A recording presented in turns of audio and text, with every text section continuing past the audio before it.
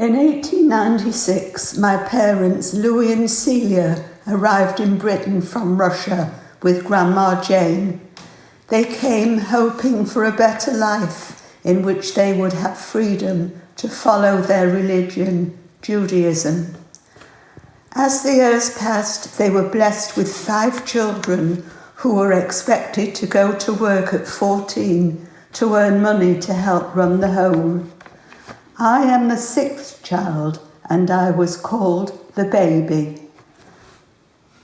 We had no TV, telephone or electric washer, but we had a radio, and all our food was homemade.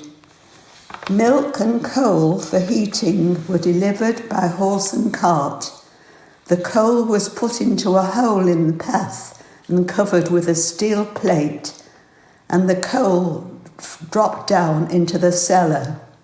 Sydney, my next brother, and I used to go down the cellar steps with shovels to bring it up. He carried a candle and drew skulls and crossbones on the ceiling. It was a bit scary. Eventually, we had an electric light put in it, but it wasn't as much fun. Sydney took me to Waterloo Road School when I was 5. It was a forbidding Victorian building, and I came to love it. I helped the teacher to hear the children read.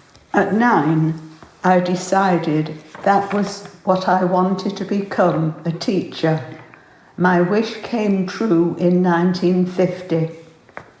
In 1939, World War II broke out.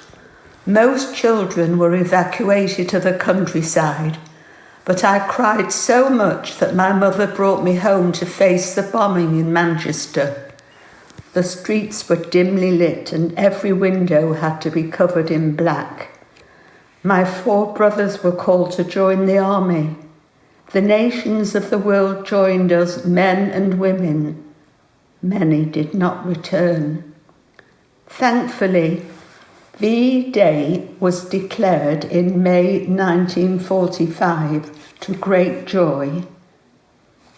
This year, 2020, the 75th anniversary of VE Day was celebrated. Remembrance services will be curtailed because of the coronavirus that has spread across the world. I was 90 in June, and my thoughts go back to these events, and we all hope for better days. Thank you, National Health Service.